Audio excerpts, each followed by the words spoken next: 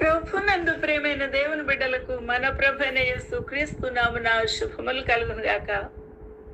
ఈ యొక్క ఉదయకాల సమయమందు దేవుని యొక్క మహాకృపను బట్టి సజీవ లెక్కలో మనల్ని ఉంచిన విధానం బట్టి ఆ ప్రభువుకు మహిమ ఘనత ప్రభావములు కలుగును గాక.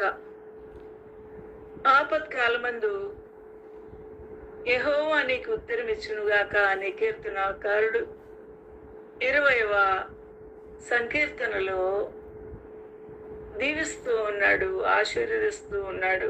అనేకుల్ని అభినందనతో మంచిని కోరుకుంటూ ఉన్నాడు. ఆపత్కాలమందు అనేక మంది ప్రజలు, దుష్టులు, నీతిమంతులు, పరిశుద్ధులు, సేవకులు, రాజులు, ఎంతో ఐశ్వర్యవంతులు కూడా ఆపత్కాలములో చిక్కుబడి ఉండుట అనేది జీవిత కాలంలో జరుగుతూ ఉంది. అటువంటి సమయంలో వారు ఎవరికి కూడా చెప్పుకోలేని పరిస్థితుల్లో, ఎవరికి మొర్ర పెట్టుకోలేని స్థితిలో, ఎవరు విడిపించరు అన్న పరిస్థితుల్లో యెహోవా దేవుడు నీకున్నాడు కదా, ఆయన నీకు ఉత్తరం ఇచ్చును. నువ్వు మొర్రపెట్టు, నీకు ఉత్తరం ఇచ్చును.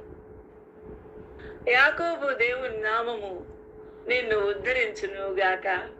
ఆయన ఇశ్రాయేలు కాపాడువాడు, కునుకడు, నిద్రపోడు, అట్టి దేవుడు నీ దేవుడు.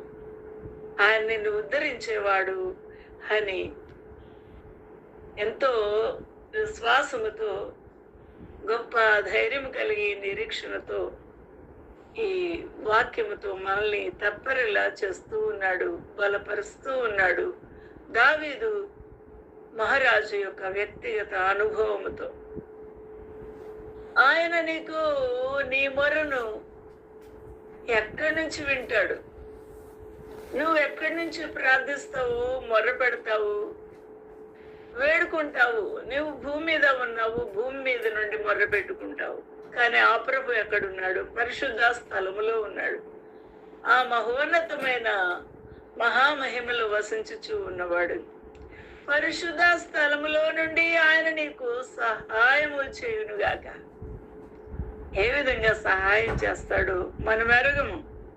ఎవరిని ప్రేరేపిస్తాడు, ఏ పరిస్థితుల్ని మార్చివేస్తాడు, ఏ అధికారుల్ని మారుస్తాడు, ఏ చట్టాలని తిరగ రాయిస్తాడో మనకు అంతు పట్టని ఆ ఆశ్చర్యమైన సహాయము పరిశుద్ధ స్థలములో నుండి ఆయన నీకు సహాయం